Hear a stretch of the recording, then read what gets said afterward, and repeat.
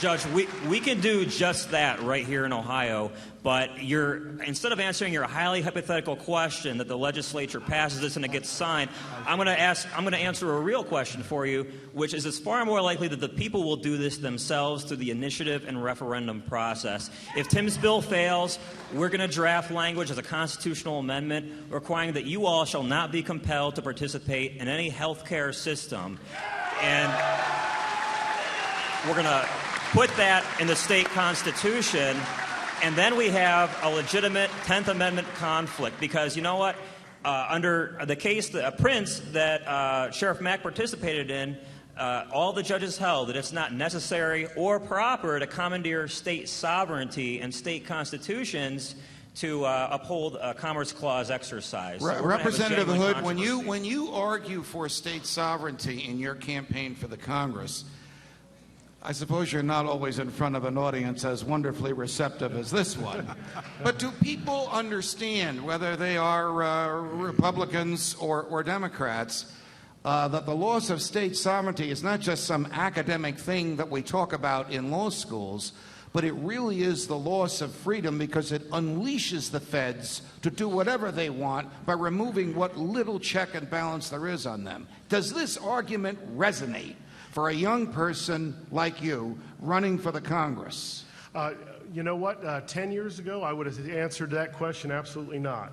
But today I have been out there running for Congress, talking with folks across the district, and no, that argument is now starting to resonate. People are starting to be educated and realize what the 10th Amendment is, and and if not totally understand the 10th Amendment, at the very least they understand that there's a concept of state sovereignty against federal tyranny. And one of the problems I had as a state legislator in Ohio for 8 years is our state legislators, they weren't interested in state sovereignty. They were interested in doing what the federal government told them to do.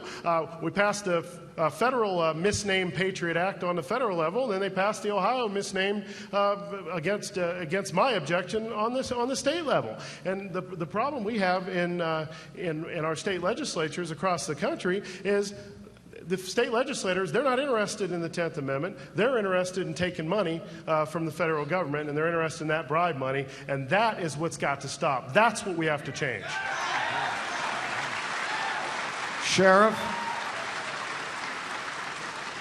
what can freedom-loving county executives, county sheriffs, even state governors do when on their own in order to preserve the sovereignty of the states when confronted with a legislature so pig-headed and obstinate they won't even recognize the Constitution as the supreme law of the land because they're afraid of the 10th Amendment?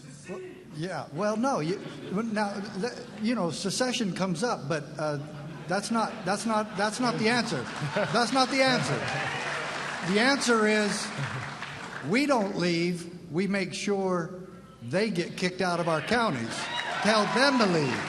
Now, the bottom line, as a practical matter, what have you done or would you do with an overbearing federal government in Arizona? That's where you bring in not just the 10th Amendment, but the theory of interposition. And the sheriff is the last line of defense against all tyranny.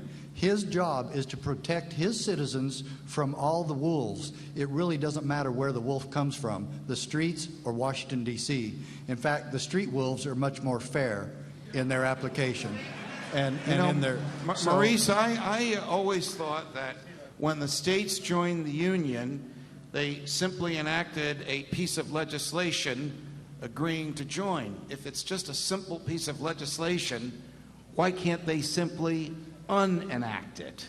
Yeah, I can. Judge, your question is a good one. I think that the proper response is precisely what Sheriff Mack referred to, and that is to hold the federal government's feet to the fire instead of if the federal government thinks that states are serious about seceding, put aside what the Supreme Court might do with that, wouldn't that put the fear of God into the federal government that they better start reading the Constitution and following it? Otherwise, those people in Ohio might be another country, and when they couldn't get income taxes from them? Boy, that'd be a novel phenomenon. Absolutely. And you know what's interesting, Judge? If you look at the Northwoods Ordinance, which was the compact that originally created Ohio, and then Ohio's contract with the federal government, it's very clear that the purpose of both contracts was to protect property rights and to protect individual liberties. Both of those documents, along with the Constitution, have always been clear that those documents create islands of government power in a sea of individual rights and individual liberties, rather than islands of liberty in a sea of government power. Senator Grandel, is